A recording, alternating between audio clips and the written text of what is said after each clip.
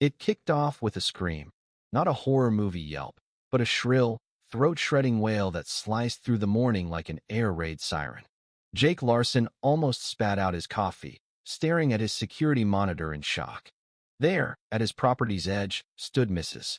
Evelyn Porter, the self-appointed HOA monarch, her hair wild like a tumbleweed in a gale, arms flapping as if she'd just dodged a lightning bolt. Next to her, two HOA inspectors sprawled on the ground, twitching faintly like they'd been zapped by a storm god. "Gotcha," Jake muttered, grinning as he set his mug down. It hadn't always been like this. Jake didn't want to fight. He just wanted peace. After retiring early from his engineering gig, he'd sunk his savings into his dream, a snug cabin-style home on a roomy corner lot, complete with fruit trees, a veggie garden, and a handcrafted wooden deck he cherished. It wasn't fancy, but it was his haven. What he hadn't bargained for was the HOA's iron grip. From day one, Evelyn hounded him like a vulture.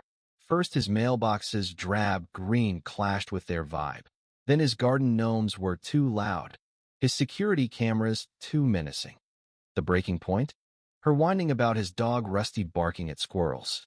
Jake tried to keep the peace, trimmed his hedges to HOA specs, swapped his mailbox for a bland gray Evelyn picked herself. It didn't matter. Her grudge wasn't about looks. It was about power, and Jake saw through it. So when the letter arrived, mandatory inspection, 9 a.m. Tomorrow, he knew the drill. Her minions would nitpick his place to death, piling on fines, maybe even threatening a lien. This wasn't rules, it was a purge. But Jake had an edge, his engineering smarts. Over time, he'd turned his lot into a subtle stronghold.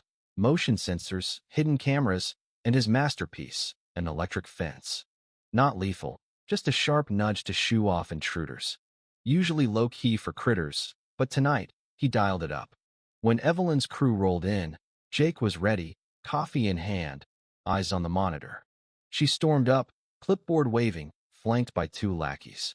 They hit the fence, zap, and yelped, stumbling as if struck by divine wrath. Jake smirked, savoring the win. But the backlash hit fast. By noon, his mailbox bulged with an urgent HOA letter, dripping with legalese.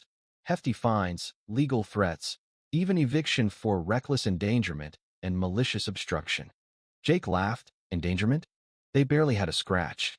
Then he hit the last paragraph. They'd called the county for a safety review. If he didn't comply, it'd escalate to court. Fines were peanuts compared to legal bills that could gut his savings. This was no joke. The next HOA meeting buzzed with tension. Normally apathetic neighbors packed the community center, eyeing Jake in his flannel like he was either a hero or a madman. Evelyn, suited up like a general, smirked as she banged the gavel. When Jake spoke, the room hushed. He kept it cool, cracking a joke about the fence mishap, explaining his years of incident-free security, stressing no one was hurt. Evelyn tried to interrupt, but he raised a hand, silencing her, a rare feat. Whispers rippled. Some nodded as he cited break-ins, slow-cruising cars at night, how his cameras nabbed a thief last year, a fact Evelyn buried. The vibe shifted, support flickered. Evelyn lunged, brandishing papers, accusing him of vigilantism, endangering innocence. Jake snorted. "Innocents like you and your spies?" The room buzzed louder. 2 nights later, his cameras caught 2 men probing his fence. Not kids, one wore an HOA polo. Evelyn's dogs weren't inspecting, they were sabotaging. Furious, Jake upped his game, rewired the fence for harmless but humiliating jolts, tweaked cameras for better shots, added sprinklers to soak garden crashers. Next morning, her cronies hit the gate. Zap, splash. One tripped over a gnome, face-planting in mud. Jake laughed till his coffee shook. But Evelyn doubled down. A new letter screamed his fence broke safety codes, with a county inspection looming. If it failed, he'd lose it all. Rumors flew. She painted his place as a death trap, isolating him. On his porch with Rusty, Jake knew she wanted his land, maybe for herself, maybe power. He had to outsmart her. He built a fake fence. Looks real, no juice, masking his true setup. Cameras, lights, sprinklers with neon orange dye. Night before the inspection, Evelyn's goons cut the dummy wires, grinning, until sprinklers doused them orange. "Can't go home like this," one wailed. Next day, the inspector, Evelyn smug beside him, found no issues. The fake fence was tampered, but legal, the real one passed. She fumed, faintly orange from her sabotage flop, as Jake toasted her with his mug. Better luck next time. Victory felt good, but Evelyn's tenacity gnawed at him. She wasn't just petty, something bigger brewed. Digging in his yard, replacing a fence post her crew had busted, Ned, a chatty neighbor, ambled over with a beer and a hunch. "Heard the gossip?" he asked. "Which one?" Jake grinned, wiping sweat. "Real stuff. Evelyn's tied to developers aiming to snatch lots. Yours too." It clicked, his prime corner lot, a gold mine for luxury builds. The fines, sabotage, all to push him out. That night, Jake pored over records, zoning maps, HOA notes, finding Evelyn's quiet push for developer-friendly zoning. She needed his land to seal the deal. He rallied neighbors, most sick of Evelyn but clueless about her depth. Evidence, developer ties, jacked up fees to squeeze folks out, lit a fire. At the next meeting, packed again, Evelyn smirked until Jake dropped his folder. Financials, her schemes laid bare. He brought up the Millers, an elderly couple she'd fined into near flight over fake violations. The room exploded. Evelyn flailed, claiming community good, but got drowned out. They voted her out. She stormed off, livid.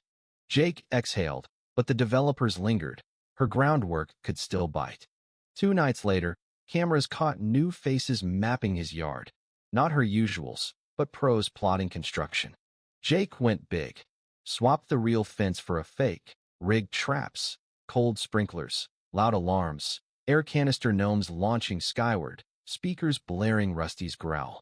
Next night, they tripped it, water soaked, gnomes flew, growls roared. One tumbled, panicked, they fled. Neighbors laughed, it became lore. Developers bailed, too messy. But Evelyn rolled up a week later, calm, venomous. "You think you've won? Someone will get this land." Jake sipped coffee. "I know I have." Rusty splashed her suit with mud. She shrieked, slipped in a puddle from his sprinklers, and stomped off, squishing. Quiet followed, but Jake stayed sharp. She'd never quit easy. A law firm let her hit, claiming zoning violations, threatening suits to force a sale. Her last play via developer pals. Jake dug into laws, then flipped it, partnered with a conservation group, turned his back lot into a wildlife preserve, native plants, birdhouses, legal shield.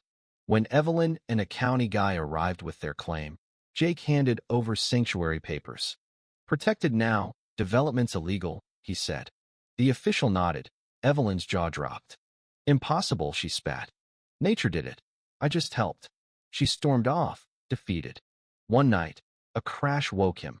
Evelyn had trashed his garden, smashed lights, shelters. No proof, but he knew.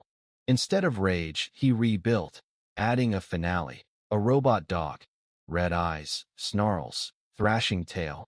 Remote triggered, harmless but terrifying. She returned with 2 loyalists, tampering cameras. Jake unleashed it. She screamed, tripped into her crew, one face-planting in compost, the other snagged in fake wires. Mud-soaked, she crawled off as neighbors watched, grinning. Next day, she quit the HOA, citing stress. Peace settled. Neighbors thanked Jake, his sanctuary a local gem. Evelyn faded, her schemes dead. Jake and Rusty ruled their castle, fight won, home secure.